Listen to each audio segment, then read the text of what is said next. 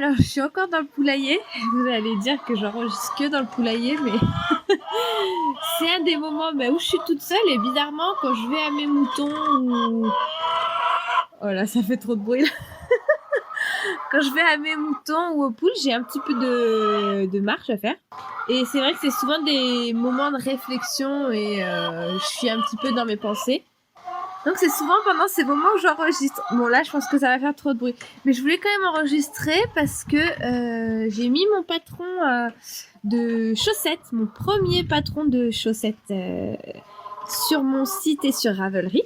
Donc c'est le patron Dina, D-I-N-A, et c'est inspiré d'un livre que j'ai lu quand j'étais au lycée ou l'année d'après, je sais plus.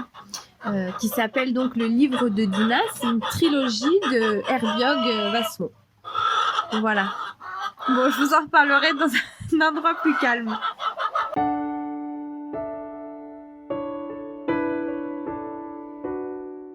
Ce que j'aime avec la vie que j'ai choisie, c'est que chaque jour, elle me laisse pas vraiment le choix. C'est très libérateur dans un certain sens de se dire tous les jours je dois me lever pour ouvrir les poules, les moutons, les cerfs. Alors bien sûr, je dis pas qu'on travaille sans réfléchir, mais il y a des tas de questions qui ne se posent plus parce que le choix a été fait dès le début. Et du coup, par exemple, hier, c'était dimanche après-midi et il faisait assez beau, enfin c'était nuageux, mais il faisait beau. La petite faisait la sieste et en fait, il y avait des tomates à gourmander, des bâches à mettre. On le faisait et j'ai réfléchi à ce moment-là en me disant, mais on pourrait être... je sais pas, à la maison en train de regarder un film. Mais en fait, on se pose pas la question, c'est des choses qui doivent être faites et ça fait du bien d'être dehors par tous les temps. Là, par exemple, ce matin, j'ai été soigner les pieds de mes agneaux parce qu'il y a des jours de pluie, donc ça s'échauffe un petit peu entre les ongles. Donc je leur mets un petit produit qui évite que ça attaque trop la peau en fait. J'ai mis un joli bonnet en laine que j'ai tricoté et je me suis dit mais c'est ça quoi. C'est ça que j'aime et tous les jours de sortir dehors et surtout en ce moment je pense que la couleur verte, ça fait beaucoup de bien. Faudrait que je regarde d'ailleurs les propriétés entre guillemets connues de cette couleur parce que je suis sûre qu'elle apaise l'esprit, qu'elle diminue l'angoisse et le stress. Et puis aussi, ce qu'il y a de très agréable dans cette vie, c'est la simplicité des choses de la vie et le rythme des saisons. Et moi, pour ma partie, c'est vraiment le contact avec les animaux, la relation qu'on peut avoir. Donc qui est très différente d'un animal à l'autre. Par exemple, ma relation avec les poules n'est pas la même qu'avec mon troupeau de moutons, qui elle-même n'est pas la même qu'avec mon chien de conduite de troupeau. Et tout ça, c'est très riche. Et ce qu'il y a de très incroyable avec les animaux, c'est enfin du moins avec le Lopi, donc mon chien, qui m'aide à travailler avec les moutons.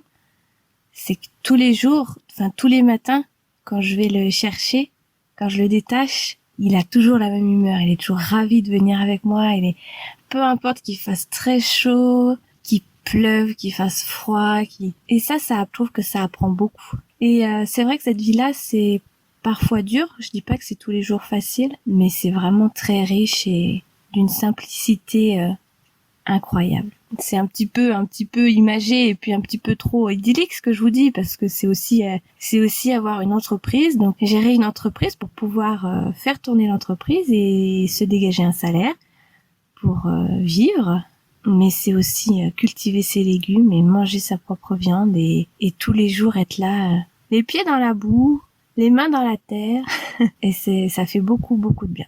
Donc là il est midi, il pleut encore, ce qui est agréable aussi, c'est de rentrer chez soi, d'aller faire à manger et de faire une petite pause.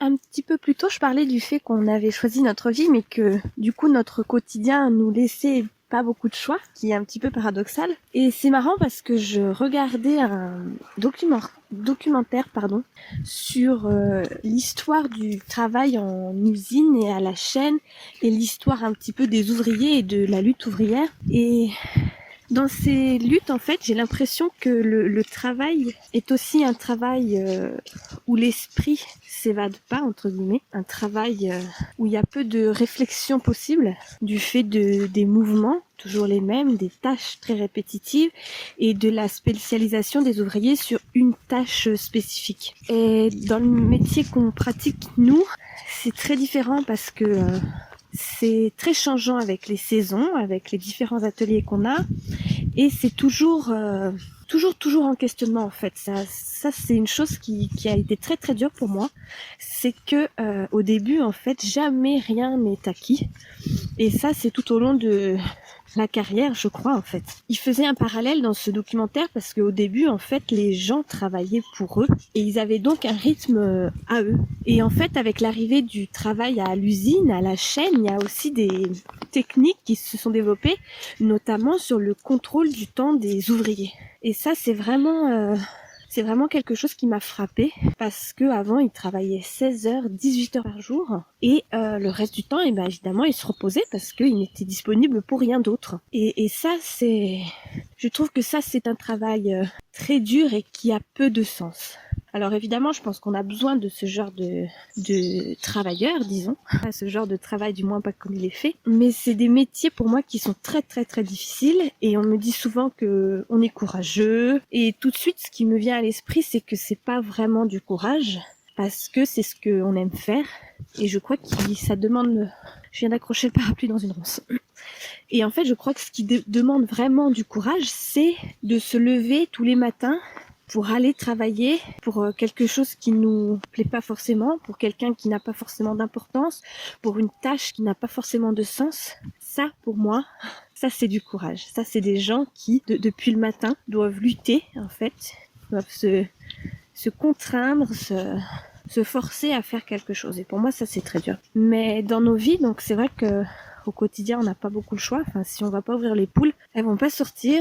Si on va pas voir les moutons, ils se débrouillent quelques jours, hein, c'est sûr, mais j'ai quand même remarqué, enfin en tout cas dans ma ferme, que à chaque fois qu'elles faisaient des bêtises, c'est les jours où je pouvais pas y aller, ce qui est assez rare dans l'année. Mais par exemple, il y a des jours où on a beaucoup de boulot au maraîchage, où c'est plutôt le foin qui nous prend tout notre temps, et c'est des périodes où les animaux sont dehors, donc assez autonomes. Et bizarrement, les jours où on va pas les voir, c'est les jours où elles sortent. Il y en a une qui est coincée dans la clôture, ou...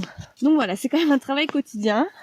Pour la partie élevage, j'aurais beaucoup de mal à ne pas avoir, entre guillemets, d'animaux. Parce que pour moi, c'est ce qui rythme mes journées, c'est ce qui me fait lever le matin, et c'est cette relation que j'aime.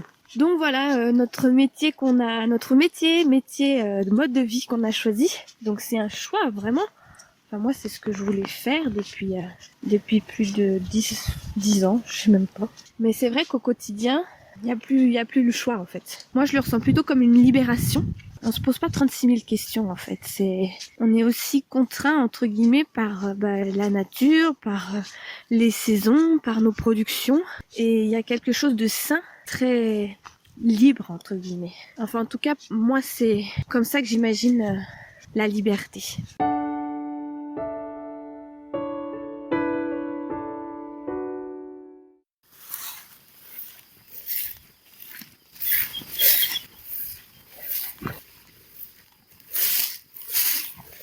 J'ai été voir mes brebis dans un coin d'un champ qu'on a réouvert récemment, en fait. Et c'est très très joli. Alors c'est un coin assez humide. Et là, ça commence à sécher. Et il y a un petit ruisseau d'un côté. Donc c'est le ruisseau qui sort de l'étang qu'il y a à la ferme et qui traverse le petit vallon en bas de chez nous, le village, et qui arrive jusqu'ici. Et en fait, c'est un petit ruisseau qui est bordé d'aulnes et de saules. On a réouvert en coupant quelques saules et on a utilisé les branches pour faire une clôture naturelle, en fait, le long du ruisseau, parce que c'est une grande parcelle, je crois qu'elle fait 12 hectares. Et donc on la recoupe en plus petits bouts pour que ce soit mieux pâturé, mieux entretenu, que ça facilite aussi la recherche des brebis. Et donc c'est pas la prairie de rêve, mais quand même les brebis, enfin en tout cas les brebis limousines valorisent très bien cette parcelle. Donc il y a quand même beaucoup de joncs, de rubaniers. Il y a aussi beaucoup de reines des prés, ça elles en mangent un petit peu. Elles adorent évidemment les jeunes pousses de saule. Et il y a aussi des sureaux, quelques ronces, des chardons. Enfin voilà, c'est quand même ça fait limite méga forbier, donc c'est très joli.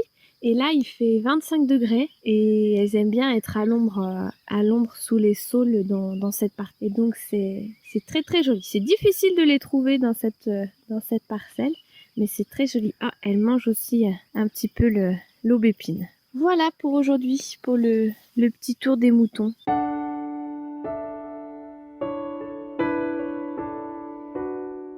On a fini la matinée de boulot au maraîchage et là je suis dans la 3e petite serre et c'est en train d'arroser si vous entendez. Et il y a des courgettes, des salades, des tomates, il y a les aubergines, il y a les oignons blancs et c'est magnifique. Ça pousse à une vitesse folle à cette période. Avec le soleil, le temps chaud, l'arrosage. Et là on va se ramasser les premières patates nouvelles pour ce midi, quelques cosses de petits pois et on va déguster ça.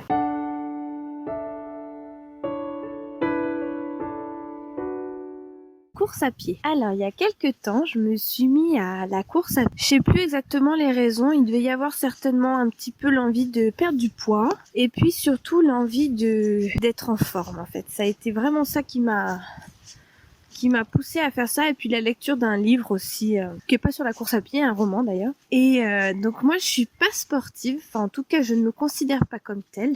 J'ai un travail physique, c'est vrai, mais pour moi c'est pas du sport et c'est vrai que ça me manquait, disons entre guillemets. Dans ma tête, c'était important de faire du sport pour le physique. Et depuis que je cours, en fait, donc je n'ai plus aucun objectif de perte de poids, en fait. Je me suis rendu compte que l'objectif n'était pas physique. Enfin, en tout cas pour moi. Et l'objectif est vraiment mental. Maintenant, donc ça fait, je sais pas, c'était un petit peu avant le confinement que j'ai commencé. Donc je fais des petites courses dans les chemins autour de la ferme. Et pour une non sportive, ce que ça m'apporte, c'est une liberté de mouvement. En fait, c'est très très très agréable d'enfiler ses baskets et de partir courir, tout simplement. Il y a rien d'autre, quoi. C'est votre corps et vos pieds et il y a aucun matériel, aucun outil. C'est vous et la nature. Et ça, c'est très simple comme activité. Enfin, et je disais donc que ça a été plutôt maintenant, c'est plutôt un besoin mental que physique. Alors, il y a des fois où, bizarrement, je ressens l'envie d'aller courir et je me dis, oh, chouette, je fais de la course à pied, je suis une coureuse. Je me sens pas sportive. Par contre, ce que je ressens, c'est que ça me fait beaucoup de bien au cerveau, à l'esprit, je sais pas vraiment. Ça oxygène le cerveau à 1000%, c'est incroyable. Et après une course, la journée se passe toujours mieux. Et c'est très bizarre. Je pensais pas que ça allait me faire ça. Déjà, je pensais pas que j'allais m'y tenir parce que j'ai plein d'autres choses à faire en fait. Je pensais pas que aller courir allait devenir une priorité, mais c'en est devenu une et j'adore vraiment ça. Et en fait, ce que je recherche avec cette pratique sportive, c'est le moment où mon corps et mon cerveau sont dissociés. C'est-à-dire qu'il y a un moment où dans la course, après quelques minutes, enfin même une dizaine de minutes, mon corps court tout seul. Et mon cerveau se dit, mais comment ce corps arrive à faire tout seul? Je veux dire, les pieds avancent tout seuls, ils se posent au bon endroit. Et ça, c'est vraiment une sensation, je l'ai pas à chaque course, mais c'est vraiment la sensation que je recherche.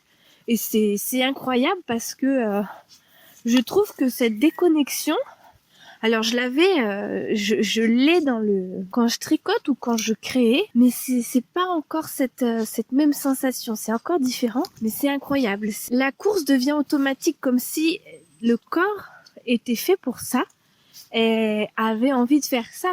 Et quand cette sensation arrive, j'ai l'impression que je pourrais courir des heures. Bon, évidemment, j'ai pas le temps. Ça dure souvent 1 heure au grand maximum parce que bon voilà, on peut pas tout faire. Dimanche dernier, quand j'ai été courir dans les monts de Blanc, c'était superbe. Et en fait, à chaque croisement, je me disais, oh, allez, encore un peu plus loin, encore un peu plus loin. Et le corps continuait, les pieds continuaient de courir et c'était génial. Je sais pas si on peut comparer ça comme une sensation de glisse ou, enfin, oh là là, il y a des ronces. C'est très bizarre. Donc, si vous n'êtes pas coureur ou coureuse, si vous n'êtes pas sportive, moi je vous dis, je le suis pas. Je fais pas du sport pour. Enfin, en tout cas, je me sens pas sportive. Mais c'est très très libérateur et c'est très très énergisant. Ça donne une pêche incroyable. Et ça je le pensais pas. Alors mon compagnon, il m'a souvent tanné depuis le début qu'on est arrivé ici parce qu'il y a vraiment des chemins magnifiques. Enfin, c'est une chance incroyable. Il me dit allez, va courir. Et moi, je lui ai toujours dit non, mais j'aime pas courir, j'aime pas la course, ça me fait mal aux genoux. Et aujourd'hui, c'est pas vrai. Aujourd'hui, je monte presque en haut des monts de Blon et j'ai envie d'aller plus loin et c'est complètement libre, on est totalement seul. Enfin non, parce que j'y vais avec mon chien. Et il y a ça aussi, c'est que j'adore courir avec mon chien. Je vois qu'il est heureux, il avance et puis lui aussi, il se pose pas de questions, il tourne à droite, à gauche. Je sais pas ce qui nous entraîne, mais c'est pas quelque chose qui est, ça relève pas de l'intelligence consciente. Pas si ça signifie quelque chose, mais j'ai l'impression d'être liée à quelque chose de vraiment naturel, instinctif. Voilà, c'est le terme. Instinctif. Au début, je me souviens, pour me motiver, oh là là, je me mettais des images dans la tête parce qu'au début, c'est quand même dur. Je courais pas très vite, je faisais que des petites boucles. Mais bon, c'est comme tout, c'est en pratiquant que... Et j'ai pas connu tout de suite cet automatisme et cette libération. Mais quand c'est arrivé, t'as juste envie de la retrouver, quoi. Donc au début, je m'imaginais des images de coureurs. Alors par exemple, une scène assez célèbre dans Le Seigneur des Anneaux, où la communauté de l'anneau court pour rattraper les 2 hobbits prisonniers quand Frodon et Sam sont partis de leur côté aussi. Il y a une magnifique scène où on les voit courir dans des grands espaces et tout. Donc je m'imaginais ça. Après, je m'imaginais tous les enfants qui couraient tout le temps. Un enfant, ça court, ça se pose pas de questions. Ensuite, je m'imaginais temps de la préhistoire, quand en fait on était des chasseurs-cueilleurs et que la course était vitale, quoi. C'était un moyen de chasser, c'était un moyen de fuir également, courir, quoi. Donc voilà un petit peu mes images et ce qui me motive. Et donc j'y vais 3 fois par semaine aujourd'hui, en ce moment. Et je fais entre 15 et 20 kilomètres. Pas énorme, mais bon, c'est bien. Et vraiment, je sens une énergie nouvelle, quoi. Et ça m'a surpris. Alors, j'espère que avec le déconfinement, vous aurez envie d'aller, si ce n'est courir, au moins marcher sur les chemins, marcher dans les bois. C'est je vous assure, ça baisse le stress, ça diminue l'anxiété, surtout par cette saison où la couleur verte est dominante. Je pense que c'est bénéfique. Voilà ma petite histoire sur la course à pied. Donc j'essaierai de vous raconter d'autres courses que j'ai fait. Là, j'ai un autre parcours en tête qui passe sur la cime des Monts de Blon, qui redescend. Enfin voilà, c'est quasiment du trail. Incroyable. Incroyable pour une non sportive. Allez, je vous laisse sur ces idées et sur cet encouragement à faire du sport.